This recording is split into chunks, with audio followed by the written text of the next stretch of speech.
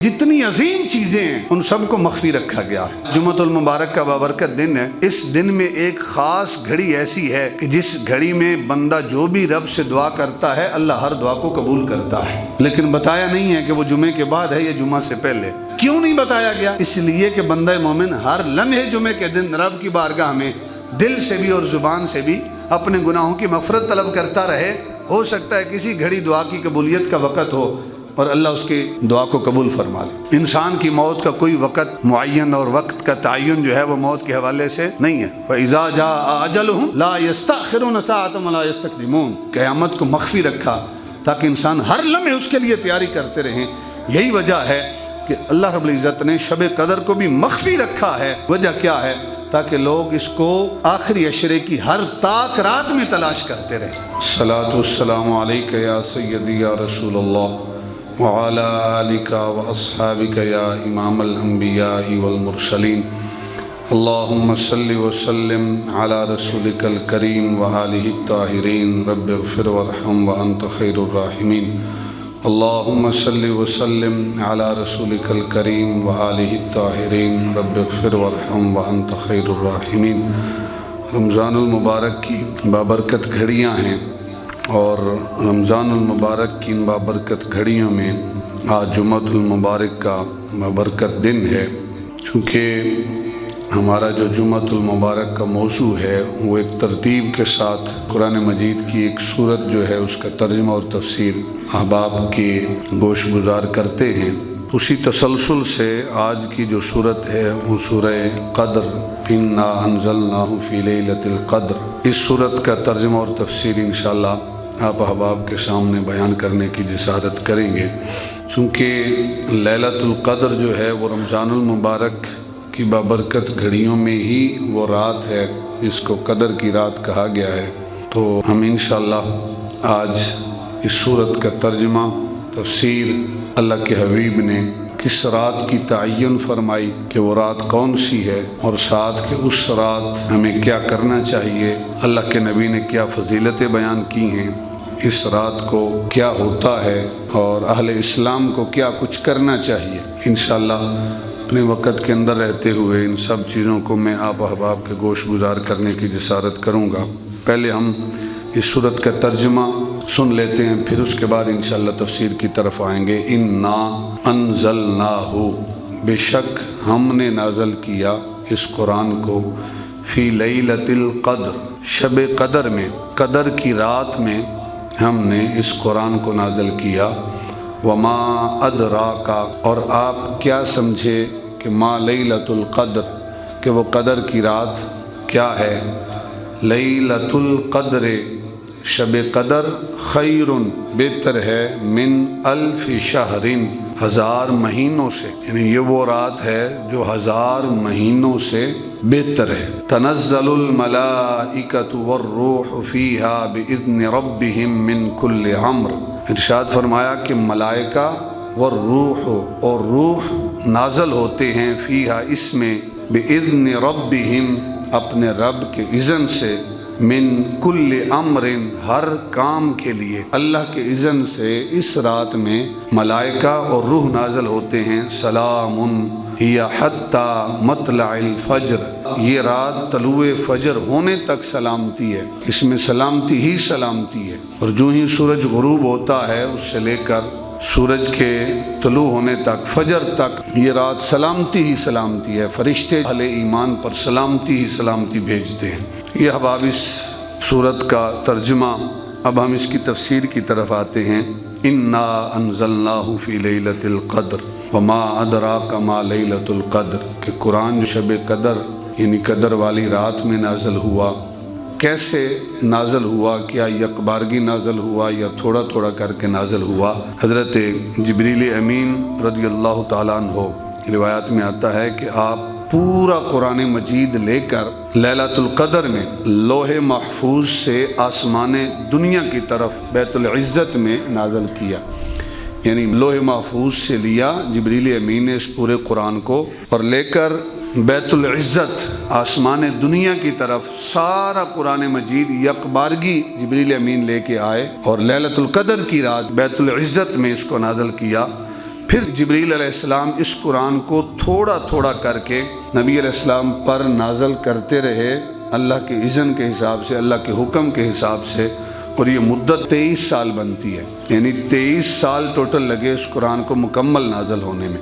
دوسری روایت یہ ہے کہ لوح محفوظ سے آسمان دنیا کی طرف قرآن یکبارگی نازل ہوا، پھر امر، نہی، حلال، حرام، مواعظ اور قصص، لوگوں کے سوالات کے جوابات میں حسب ضرورت، اور محبوب خدا صلی اللہ علیہ وسلم پر 23 سال کے عرصے میں تھوڑا تھوڑا نازل ہوتا رہا، یعنی جس چیز کی ضرورت ہوتی تھی تو رب کی بارگاہ سے وہ اذن ہوتا تھا، جبریل امین بیت العزت سے وہ آیت لے کر، وہ سورت لے کر حضور کی بارگاہ میں نازل ہو جاتے تھے۔ پھر ایک تیسری روایت اس حوالے سے جو مصنف ابن ابی شیبہ کے اندر ہے، ابو بکر عبداللہ بن محمد بن ابی شیبہ متوفی 235 ہجری، آپ فرماتے ہیں جو دیگر کتابیں نازل ہوئیں اس حوالے سے بھی کہ حضرت ابراہیم علیہ السلام کے جو صحیفے ہیں، صحف ابراہیم و موسیٰ، موسیٰ علیہ السلام کے بھی صحائف ہیں اور ابراہیم علیہ السلام کے بھی صحائف ہیں، تو ابراہیم علیہ السلام کے جو صحیفے ہیں وہ یکم رمضان المبارک کی شب کو نازل ہوئے، یعنی پہلی رمضان کو نازل ہوئے، اور زبور 6 رمضان کو نازل ہوئی، اور انجیل جو ہے یہ 18 رمضان کو نازل ہوئی، اور قرآن جو ہے ایک روایت میں کہ 27 رمضان المبارک شب قدر کی رات، اور ایک روایت میں 24 رمضان المبارک کو نازل ہوئی۔ یہ مصنف ابن ابی شیبہ کی روایت ہے۔ پھر احباب جی وقار فرمایا کہ انا انزلناہ فی لیلۃ القدر، بے شک ہم نے اس قرآن کو قدر کی رات میں، شب قدر میں اتارا، وما ادراک ما لیلۃ القدر، آپ کیا سمجھے کہ شب قدر کیا ہے؟ لیلۃ القدر خیر من الف شہر، شب قدر یہ ایک رات 1000 مہینوں سے بہتر ہے۔ ایک رات 1000 مہینے جو ہے ان کو اگر آپ ڈیوائیڈ کریں 12 کے ساتھ، کیونکہ ایک سال میں 12 مہینے ہوتے ہیں، وہ غالباً 83 سال اور کچھ مہینے بنتے ہیں، یعنی ایک رات یہ 83 سالوں کے اوپر بھی بھاری ہے، ان سے بھی بہتر ہے۔ خیر کا لفظ ہے کہ 1000 مہینوں سے بھی بہتر ہے یہ ایک رات۔ اس رات اس کو قدر کہا گیا۔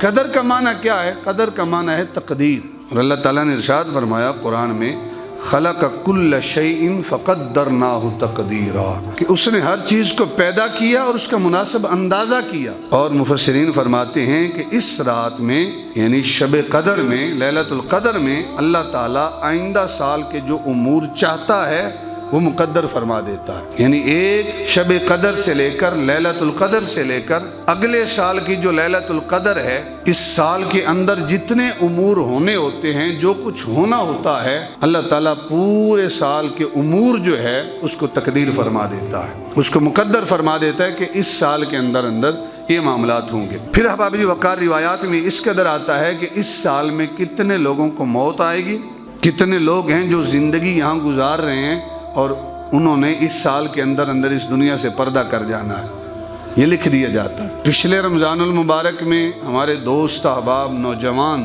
کتنے جو ہمارے اندر موجود تھے آج نہیں ہیں، اگلے رمضان المبارک تک، شب قدر تک پتہ نہیں ہم میں سے جو یہاں موجود ہیں، پتہ نہیں ہم میں کوئی ہوگا یا نہیں ہوگا۔ اس رات میں اللہ تعالیٰ مقدر فرما دیتا ہے کہ اگلے سال تک کیا کچھ ہونا ہے۔ پہلا کام، کتنے لوگوں پر موت آئے گی، کتنے لوگ، کتنے بچے جو ہیں وہ دنیا میں پیدا ہوں گے، وہ بھی لکھ دیا جاتا ہے، اور لوگوں کو کتنا رزق دیا جائے گا، کس نے کیا کھانا ہے اس سال کے اندر، وہ بھی لکھ دیا جاتا ہے۔ اور پھر احباب جی وقار ارشاد فرمائے کہ یہ امور اس جہاں کی تدبیر کرنے والے فرشتوں کو سونپ دیے جاتے ہیں، یعنی حضرت جبریل امین، حضرت میکائیل، حضرت اسرافیل، حضرت اسرائیل علیہ السلام، ان کو یہ سارے معاملات سونپ دیے جاتے ہیں۔ دوسری روایت ہے حضرت عبداللہ ابن عباس رضی اللہ تعالیٰ عنہما سے، آپ فرماتے ہیں کہ لوح محفوظ سے لکھ دیا جاتا ہے کہ اس سال بندوں کو کتنا رزق دیا جائے گا، اور کتنی بارشیں ہوں گی، کتنے لوگ زندہ رہیں گے، کتنے مر جائیں گے۔ اکرمہ کی روایت ہے کہ لیلۃ القدر میں بیت اللہ کا حج کرنے والوں کا نام لکھ دیا جاتا ہے، یعنی ابھی لیلۃ القدر آنے والی ہے، اس رات لکھ دیا جاتا ہے کہ اتنے لوگ اس سال بیت اللہ کا حج کریں گے۔ تو وہ رات پھر کوئی عام رات تو نہیں ہے نا، اس رات رب سے مانگنا چاہیے، جو بے اولاد ہے اسے اولاد مانگنی چاہیے، جس کے پاس رزق کی کمی ہے وہ رزق کی کثرت کا سوال کرے، جو بیت اللہ شریف کا حج کرنا چاہتا ہے وہ ارادہ رکھ کے اس رات کو جاگے تو ارشاد فرمایا کہ بیت اللہ کا حج کرنے والوں کا نام اور ان کے آبا کے نام لکھے جاتے ہیں، یعنی یہ فلاں ہے، اس کے والد کا نام یہ ہے، اس کے والد کا نام یہ ہے، اس کے والد کا نام بھی لکھا جاتا ہے۔ اور ساتھ یہ بھی ارشاد فرمایا کہ جو نام لکھ دیے جاتے ہیں نہ ان میں کمی کی جاتی ہے اور نہ ان میں اضافہ کیا جاتا ہے۔ جن کو بلاوا ہوتا ہے نا حرمین شریفین سے، وہ لیلۃ القدر کی رات کو لکھ لیے جاتے ہیں، پھر وہی حاضر ہوتے ہیں، نہ ان میں کمی ہوتی ہے نہ ان میں اضافہ ہوتا ہے۔ جن کے مقدروں میں ہوتا ہے اگر وہ یہاں ہیں ان کو بھی بلاوا آ جاتا ہے، اور جن کے مقدر میں نہیں ہے شاید وہ مکہ المکرمہ میں ہوں لیکن انہیں حج کی توفیق نہ ملے اس لیے کہ ان کے مقدروں میں ہی نہیں ہے۔ اللہ کے نبی نے ارشاد فرمایا کہ جو استلام کرتا ہے نا جی حجر اسود کا، استلام کیا ہے کہ آپ جب کوئی بھی حاجی یا عمرہ کرنے والا طواف کرتا ہے نا تو حجر اسود کی طرف، چونکہ ہر دفعہ بوسہ نہیں لے سکتے اور بوسہ لینا بھی نہیں چاہیے کیونکہ اس کے اوپر خوشبو لگائی ہوتی ہے، اور جو احرام میں ہے اس کے لیے خوشبو کا استعمال کرنا وہ جائز نہیں ہے، اس لیے حکم یہی ہے کہ آپ حجر اسود سے دور رہیں احرام کی حالت میں۔ تو حکم یہ ہے کہ دور سے آپ ہاتھ اٹھائیں حجر اسود کی طرف منہ کر کے اور بسم اللہ اللہ اکبر کہہ کے اپنے ہاتھوں کو چوم لیں، اور پھر جو ہے وہ طواف شروع کر دیں۔ پھر جب حجر اسود کے پاس آئیں گے پھر آپ نے دونوں ہاتھ اٹھانے اور پھر استلام کرنا ہے۔ اللہ کے نبی نے ارشاد فرمایا کہ جو حجر اسود کا استلام کرتا ہے نا قیامت کے دن یہ حجر اسود رب کی بارگاہ میں سفارش کرے گا اور کہے گا باری تعالیٰ کہ فلاں فلاں بندے نے میرا استلام کیا ہے، میں اس کی مغفرت کے لیے سفارش کر رہا ہوں، تو اس کی سفارش کو قبول کیا جائے گا۔ اور صحابہ نے عرض کی کہ یا رسول اللہ صلی اللہ علیہ وسلم حجر اسود کو کیا پتہ کہ میرا استلام کس نے کیا ہے؟ اللہ کے نبی نے ارشاد فرمایا کہ حجر اسود جانتا ہے کہ میرا استلام کس نے کیا ہے، یہ بھی جانتا ہے کہ کس نے کیا ہے، اور یہ بھی جانتا ہے کہ اس کے والد کا نام کیا ہے، اس کے دادا کا نام کیا ہے۔ یعنی حجر اسود اپنے استلام کرنے والوں کو نہیں بھولتا، اللہ کا نبی اپنی بارگاہ میں سلام کرنے والوں کو کیسے بھول سکتا ہے؟ یعنی حجر اسود جو پتھر ہے وہ نہیں بھولتا اپنے استلام کرنے والوں کو، تو حبیب خدا اپنی بارگاہ میں درود و سلام کا نذرانہ پیش کرنے والوں کو کیسے بھول سکتا ہے؟ تو احباب جی وقار لیلۃ القدر کی رات لکھ دیا جاتا ہے کہ کون کون جو ہے بیت اللہ شریف کی زیارت کریں گے اور کون کون حج کی سعادت حاصل کریں گے، پھر نہ ان میں کمی کی جاتی ہے اور نہ ان میں اضافہ کیا جاتا ہے۔ لیلۃ القدر کے حوالے سے بے شمار احادیث مبارکہ ہیں کہ وہ کون سی رات ہے۔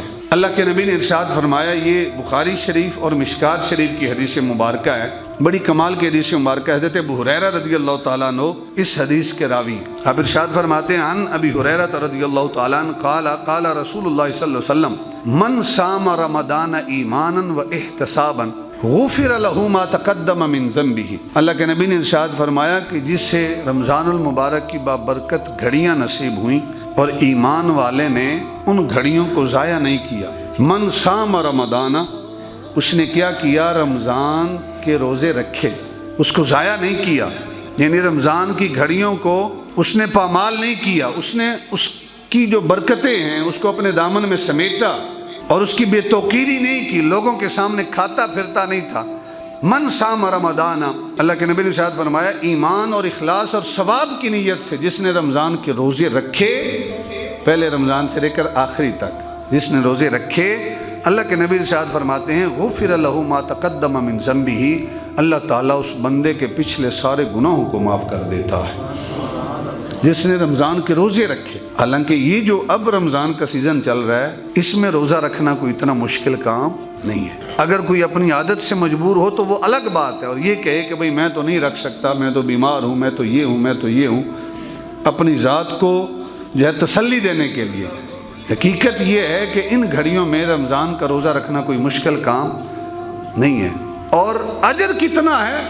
فرمایا غفر له ما تقدم من ذنبه، جتنے پچھلے اس کے صغیرہ گناہ ہیں اللہ تعالیٰ سارے گناہوں کو معاف کر دیتا ہے۔ ایک حدیث کا حصہ یہ ہے، دوسرا حصہ فرمایا وَمَنْ قَامَ رَمَضَانَ إِيمَانًا وَإِحْتِسَابًا غُفِرَ لَهُ مَا تَقَدَّمَ مِنْ ذَنبِهِ، ارشاد فرمایا کہ جس نے ایمان اور اخلاص اور ثواب کی نیت سے رمضان المبارک کی بابرکت گھڑیوں میں قیام کیا رات کو، اور رات کا قیام کیا ہے؟ نماز تراویح ہے۔ جس نے رمضان المبارک کی بابرکت گھڑیوں میں من قام رمضان ایمانا و احتسابا، رات کو قیام کیا، نماز تراویح ادا کی، اللہ کے نبی ارشاد فرماتے ہیں کہ اللہ نے اس کے پچھلے سارے گناہوں کو معاف کر دیا ہے۔ یہ حدیث کا دوسرا حصہ۔ تیسرا حصہ جو ہمارے موضوع سے ریلیٹڈ ہے، یہ مشکات شریف کی 1958 حدیث کا نمبر ہے اور بخاری شریف کی 1901 یعنی 1901۔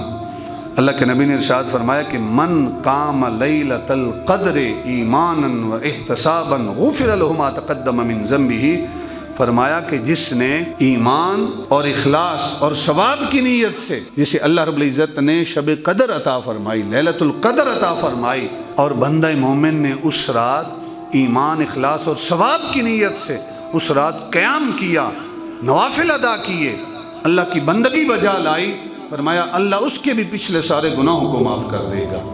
یعنی کتنا آسان ہے اپنے گناہوں کو معاف کروانا، لیکن آج چونکہ ہمارے سامنے نیکی یا گناہ اس کی کرنسی نہیں ہے نا جی، اس لیے ہمیں قدر نہیں ہے۔ قیامت کے دن احساس ہوگا کہ ایک نیکی کی بھی ضرورت پڑے گی تو محشر میں انسان پورے محشر کے میدان کا چکر لگائے گا، لیکن کوئی ایک نیکی دینے والا ماں باپ نہیں دیں گے، اولاد نہیں دے گی، بیوی بچے نہیں دیں گے۔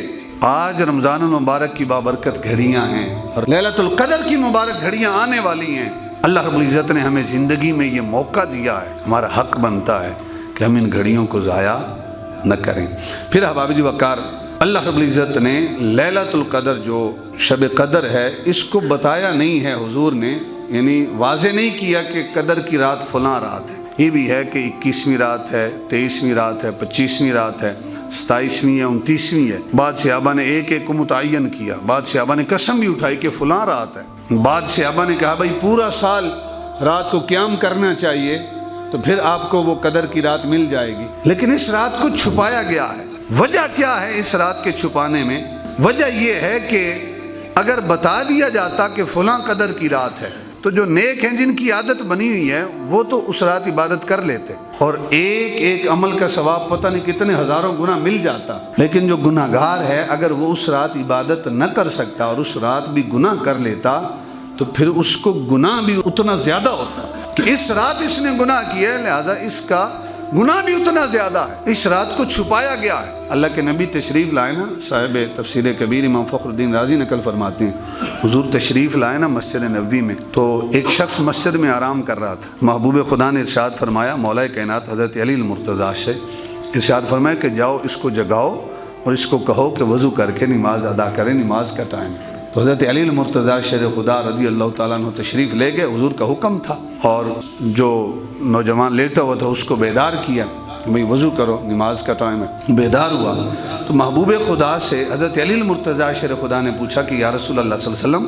آپ نیکی کے کام میں پہل کرتے ہیں لیکن یہ نیکی کا کام تھا اس میں آپ نے پہل نہیں کی، آپ نے مجھے فرمایا کہ جاؤ جا کر اسے جگا دو، آپ نے خود کیوں نہیں جگایا؟ تو اللہ کے نبی نے کتنا خوبصورت جملہ ارشاد فرمایا اے علی، اگر میں اسے جگاتا، اس کو جا کر جھنجھوڑتا اور اس کو کہتا کہ اٹھ جا، اگر وہ انکار کر دیتا تو وہ کافر ہو جاتا، وہ کافر ہو جاتا۔ اس لیے کہ اللہ کے نبی کی بات کو رد کرنا یا اس کا انکار کرنا یہ کیا ہے؟ یہ کفر ہے۔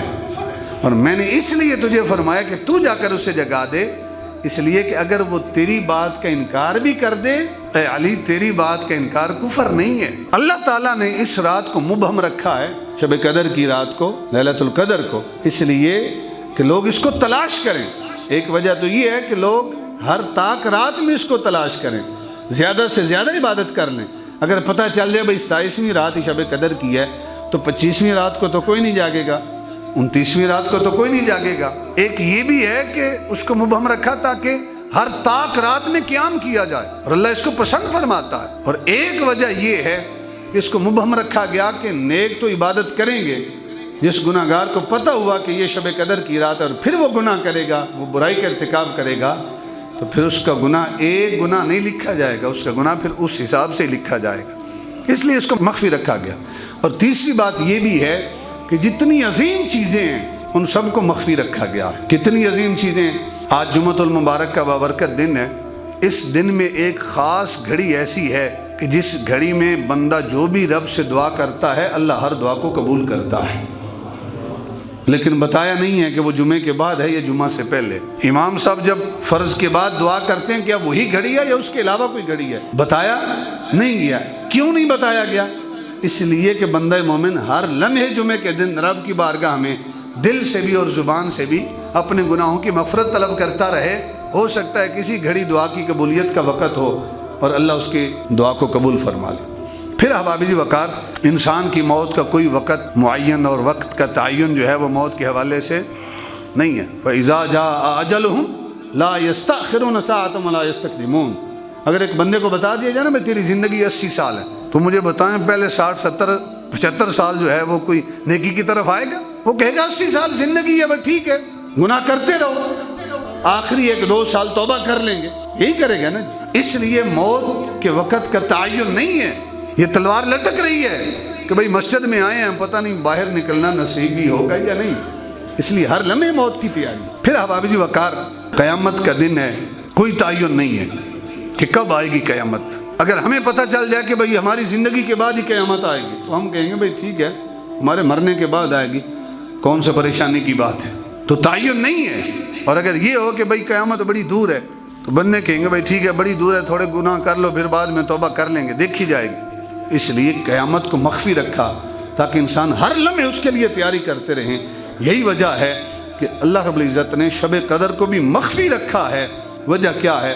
تاکہ لوگ اس کو آخری عشرے کی ہر طاق رات میں تلاش کرتے رہیں۔ اللہ کے نبی نے رمضان المبارک کے پہلے عشرے میں اعتکاف کیا، پھر دوسرے عشرے میں اعتکاف کیا، اور دوسرے عشرے میں اعتکاف جب مکمل ہوا، تیسرے عشرے کا اعتکاف شروع ہونے لگا تو اللہ کے نبی نے خیمے سے اپنا سر انور باہر نکالا اور فرمایا میں نے پہلے عشرے میں اعتکاف کیا کہ مجھے لیلۃ القدر مل جائے، لیکن لیلۃ القدر مجھے نہیں ملی، وہ شب قدر مجھے نہیں ملی۔ میں نے دوسرے عشرے میں اعتکاف کیا کہ مجھے مل جائے، لیکن لیلۃ القدر مجھے نہیں ملی۔ اور فرشتے نے آ کر مجھے یہ پیغام دیا ہے رب کا کہ وہ جو لیلۃ القدر ہے جس کی تلاش میں آپ نے رمضان المبارک کے 20 دن اعتکاف کیا ہے، فرمایا اللہ نے اسے رمضان المبارک کے آخری عشرہ میں رکھا ہے، لہذا اس کو آخری عشرے میں تلاش کرو۔ اللہ کے نبی نے ارشاد فرمایا کہ جو اعتکاف کرنا چاہتا ہے ان بابرکت گھڑیوں میں میرے ساتھ آخری عشرے کا اعتکاف کرے، اللہ تعالیٰ اسے شب قدر بھی نصیب فرمائے گا۔ اور اعتکاف کرنے والوں کے لیے تو فضیلت ہی بڑی ہے کہ اگر وہ سو رہے ہیں مسجد میں تب بھی ان کی عبادت شمار ہو رہی ہے، یعنی سو رہے ہیں اللہ کے گھر میں، اللہ کے مہمان ہیں، پھر بھی ان کی عبادت ہو رہی ہے۔ احباب جی وقار، امام مالک رحمۃ اللہ تعالیٰ علیہ نے موطئ امام مالک کے اندر ارشاد فرمایا کہ رسول اللہ صلی اللہ علیہ وسلم کو سابقہ امتوں کی جو عمریں ہیں وہ دکھائی گئی، تو آپ نے اپنی امت کی عمروں کو کم سمجھا کہ وہ اتنا عمل نہیں کر سکیں گے۔ ظاہر ہے جس کی 1000 سال عمر ہے اس کا عمل اور جس کی 80 سال عمر ہے، عمل آپس میں برابر تو نہیں ہو سکتے، تو اپنی امتوں عمریں دیکھی تو کم تھیں، تو جتنی لمبی عمر والے لوگ عمل کرتے ہیں کم عمر والے لوگ تو اتنا عمل نہیں کر سکتے، تو اللہ تعالیٰ نے آپ کو لیلۃ القدر عطا فرمائی جو 1000 مہینوں سے بہتر ہے، یعنی ایک رات جو ہے وہ 83 سال سے زیادہ فضیلتوں والی ہے۔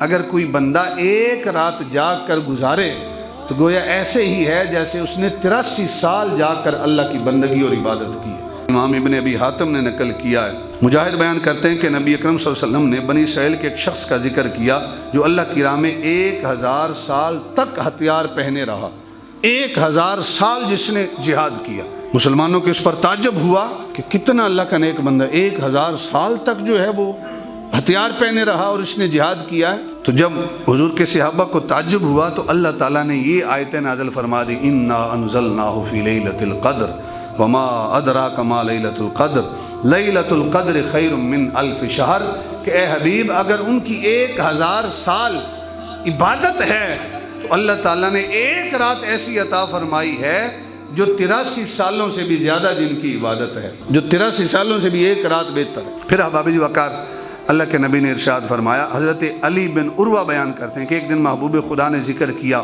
کہ بنی اسرائیل کے 4 اشخاص کا ذکر کیا جنہوں نے 80 سال اللہ تعالیٰ کی عبادت کی اور پلک جھپکنے کی مقدار بھی اللہ کی نافرمانی نہیں کی، اور پھر اللہ نے ان کے نام بھی ذکر کیے، فرمایا وہ حضرت ایوب، حضرت زکریا، حضرت حزقیل بن العجوز اور حضرت یوشع بن نون علیہ السلام ہیں۔ یہ سن کر رسول اللہ صلی اللہ علیہ وسلم کے اصحاب کو تعجب ہوا، تب آپ کے پاس جبریل امین آئے۔ حضور کے صحابہ کو تعجب ہوا، فوراً جبریل امین آئے اور کہا کہ اے محمد آپ کی امت کو اس پر تعجب کرنے کی ضرورت نہیں ہے کہ بنی اسرائیل کے لوگ جو ہیں 80 سال انہوں نے عبادت کی ہے اور پلک جھپکنے تک انہوں نے گناہ کا کام نہیں کیا۔ فرمایا کہ اللہ رب العزت نے آپ کی امت کو ان سے بہتر شے عطا فرما دی ہے، اور وہ کیا ہے؟ وہ لیلۃ القدر کی رات ہے۔ انا انزلناہ فی لیلۃ القدر، اللہ نے قدر کی رات عطا فرمائی۔ پھر احباب وقار، اللہ کے نبی کی حدیث مبارکہ ہے، سرکار نے ارشاد فرمایا، زر بن جیش بیان کرتے ہیں کہ میں نے ابی بن قعب سے کہا کہ اے ابو المنذر، یہ صحیح مسلم شریف کے اندر بھی ہے، صحیح ابن خزیمہ کے اندر بھی ہے، صحیح ابن حبان کی بھی حدیث مبارکہ ہے۔ اللہ کے نبی نے ارشاد فرمایا، حضرت زر بن جیش بیان کرتے ہیں کہ میں نے ابی بن قعب سے کہا کہ اے ابو المنذر، ہمیں لیلۃ القدر کے متعلق بتائیے کہ وہ کون سی رات ہے، کیونکہ حضرت ابن مسعود کہتے ہیں کہ جو شخص پورا سال قیام کرے، یعنی ہر رات جو قیام کرے تو وہ لیلۃ القدر کو پالے گا۔ یعنی جس نے ہر رات قیام کرنا ہے، ظاہر ہے کہ پورا سال اگر کوئی قیام کرے تو پورے سال میں تو ایک رات لیلۃ القدر کی ہے ہی نا۔ تو کہا کہ عبداللہ ابن مسعود نے بیان کیا جو پورا سال قیام کرے گا تو وہ لیلۃ القدر کو پالے گا۔ اے ابی بن قعب، آپ بتائیں کہ وہ لیلۃ القدر کی رات کون سی ہے؟ کیا جو عبداللہ ابن مسعود نے کہا ہے وہ درست کہا ہے؟ تو حضرت ابی بن قعب نے کہا کہ اللہ ابو عبد الرحمن پر رحم فرمائے، یعنی اللہ عبداللہ ابن مسعود پر رحم فرمائے، ان کو خوب معلوم ہے کہ لیلۃ القدر رمضان میں ہے، انہیں پتہ ہے کہ لیلۃ القدر رمضان میں ہے، لیکن اس کے باوجود بتایا نہیں ہے۔ کیوں نہیں بتایا؟ انہوں نے اس بات کو ناپسند کیا ہے کہ وہ تم کو اس رات کی تعیین بتلائیں کہ لیلۃ القدر فلاں رات میں ہے اور تم اس پر تقیہ کر لو، صرف اسی رات کو جاگا کرو، اس لیے عبداللہ ابن مسعود نے آپ کو بتایا نہیں ہے۔ اور پھر ارشاد فرمایا کہ اس ذات کی قسم جس نے قرآن کو سیدنا محمد صلی اللہ علیہ وسلم پر نازل کیا ہے، قسم اٹھائی حضرت ابی بن قعب نے کہ اس ذات کی قسم جس نے قرآن کو محمد پر نازل کیا ہے، لیلۃ القدر رمضان کی 27ویں شب میں ہے۔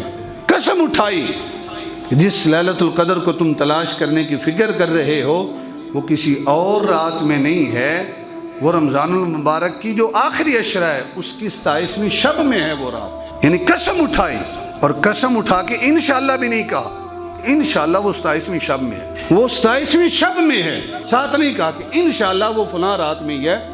قسم اٹھائی کہ میں اللہ کی قسم اٹھاتا ہوں جس نے قرآن کو محمد کی ذات پہ نازل کیا ہے، وہ جو رات ہے وہ 27ویں شب کی رات ہے۔ لیکن اللہ کے نبی نے اس حوالے سے اور بھی حدیثیں بیان کی ہیں کہ اس کو 21ویں شب کو تلاش کرنا چاہیے، 23ویں کو تلاش کرنا چاہیے۔ حضرت عائشہ صدیقہ رضی اللہ تعالیٰ عنہ روایت کرتی ہیں، صحیح بخاری شریف کی روایت ہے اور مشکات شریف کی 2083 نمبر ہے حدیث مبارکہ کا۔ آپ فرماتی ہیں قال رسول اللہ صلی اللہ علیہ وسلم تحروا لیلۃ القدر فی الوتر من العشر الاواخر من رمضان۔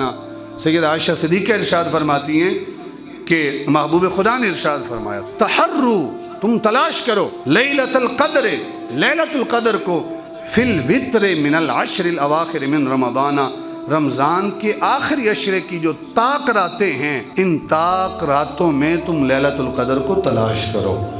اور وہ کون سی ہیں؟ 21ویں، 23ویں، 25ویں، 27ویں اور 29ویں، 5 راتیں ہیں۔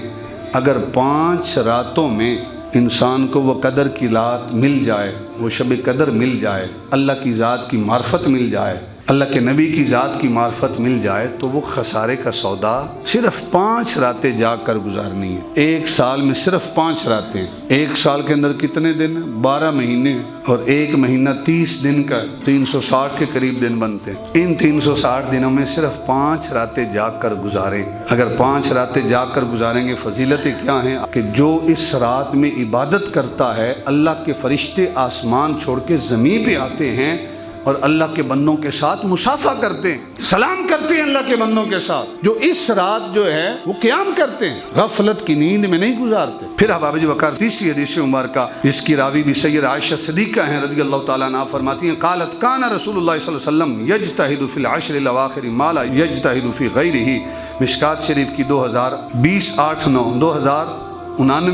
حدیث کا نمبر ہے۔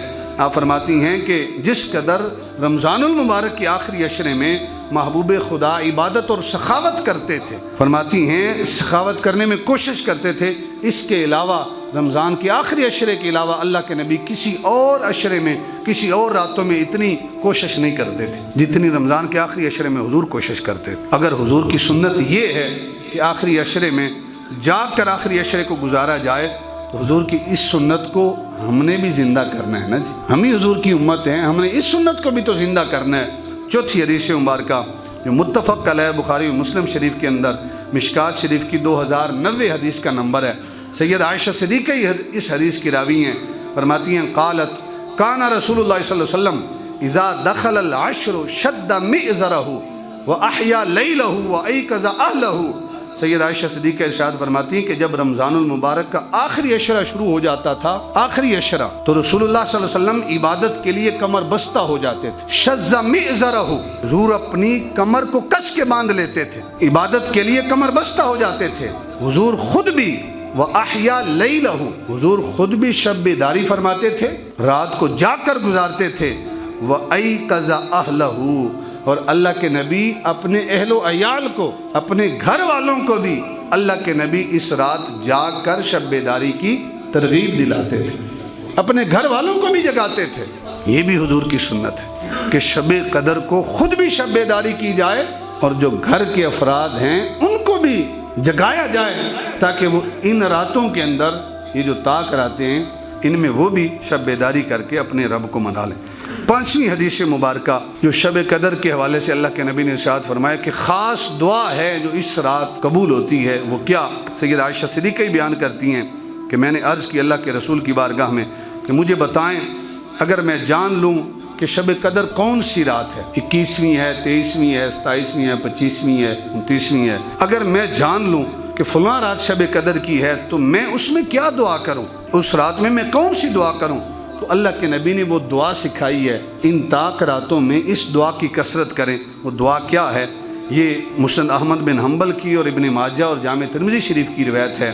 اللہ کے نبی نے ارشاد فرمایا کہ اگر آپ کو پتہ چل جائے کہ فلاں شب قدر ہے، فلاں رات ہے، تو فرمایا اللہم انک عفو تحب العفو فاعف عنی۔ اللہ کے نبی نے ارشاد فرمایا تم یہ دعا مانگا کرو۔ اس کا ترجمہ کیا ہے؟ اللہم انک عفو، کہ باری تعالیٰ تو درگزر کرنے والا ہے، تحب العفو، اور درگزر کرنے کو تو پسند بھی کرتا ہے، فاعف عنی، باری تعالیٰ مجھ سے بھی درگزر فرما، میرے گناہوں کو بھی معاف فرما۔ اللہ کے نبی نے یہ خاص دعا ارشاد فرمائی ہے جو شب قدر کی رات میں اہل اسلام جو ہے وہ مانگ سکتے ہیں۔ تو احباب وقار بے شمار فضیلتیں اس رات کی، جتنا ہو سکے ہمیں کوشش کرنی چاہیے کہ اس رات میں جاگ کر اس رات کو جاگ کر گزارنا چاہیے، اور صرف جاگ کر گزارنا نہیں چاہیے بلکہ اس رات میں جتنا ہو سکے عبادت کرنی چاہیے۔ پھر ارشاد فرمایا تنزل الملائکۃ والروح فیہا باذن ربہم من کل امر، کہ اس رات میں اللہ کے فرشتے نازل ہوتے ہیں، اور فرشتے نازل ہو کر کیا کرتے ہیں؟ وہ سلامتی بھیجتے ہیں، اللہ کے نیک بندوں کی جو عبادت ہے اس کو دیکھتے ہیں کہ اللہ کے نیک بندے کیسے عبادت کر رہے ہیں۔ علامہ غلام رسول سعیدی صاحب نے بڑی خاص بات جو ہے اس حوالے سے کی ہے کہ فرشتے نازل ہوتے ہیں تو ان کی کیفیت کیا ہے اور وہ کیوں نازل ہوتے ہیں۔ فرماتے ہیں کہ اگر یہ کہا جائے کہ تنزل الملائکۃ والروح، کہ فرشتے آتے ہیں، جبریل امین رب کی بارگاہ سے اجازت طلب کرتے ہیں کہ باری تعالیٰ اجازت عطا فرمائیں ہم محمد عربی کے غلاموں کو دیکھیں کہ وہ کیسی عبادت کر رہے ہیں، ان کو عبادت دیکھنے کی کیا ضرورت ہے، حالانکہ وہ خود عبادت سے مالا مال ہیں۔ فرشتوں کے پاس کون سی عبادت ہے جو نہیں ہے؟ اگر تسبیح و تحلیل دیکھیں، تقدیس دیکھیں تو فرشتوں کا دامن عبادت سے مالا مال ہے۔ اگر قیام دیکھیں، سجود دیکھیں اور رکوع دیکھیں تو فرشتے جو ہیں ان کا دامن تو عبادت سے مالا مال ہے۔ پھر وہ کون سی عبادت ہے جس کے دیکھنے کے لیے فرشتے آسمان کو چھوڑتے ہیں اور زمین پہ آ جاتے ہیں اور محمد عربی کے غلاموں کی عبادت دیکھتے ہیں؟ وہ کون سی عبادت ہے؟ قبلہ سعیدی صاحب نے بڑی خاص بات کی۔ آپ ارشاد فرماتے ہیں کہ اس کا جواب یہ ہے کہ کوئی شخص خود بھوکا رہ کر جب اپنا کھانا کسی ضرورت مند کو، بھوکے کو، محتاج کو کھلاتا ہے، یہ وہ عبادت ہے کہ جو فرشتوں کے دامن میں نہیں ہے، صرف محمد عربی کے غلاموں کے پاس ہے۔ وہ کون سی عبادت ہے؟ آپ فرماتے ہیں کہ جب بندہ گناہ گار اپنے گناہوں پر توبہ کرتا ہے، ندامت کے آنسو بہاتا ہے اور رب کی بارگاہ میں گڑ گڑاتا ہے، اللہ سے معافی چاہتا ہے اور اپنی طبی نیند چھوڑ کر اللہ تعالیٰ کی یاد کے لیے رات کے پچھلے پہر اٹھتا ہے اور خوف خداوندی میں ہچکیاں لے لے کر روتا ہے، آپ فرماتے ہیں یہ وہ عبادت ہے کہ جس کا فرشتوں کے ہاں کوئی تصور نہیں ہے۔ رونے کی لذت اگر کسی کو ہے وہ بندہ مومن کو نصیب ہے۔ آپ فرماتے ہیں کہ اس لیے کہ اللہ تعالیٰ کو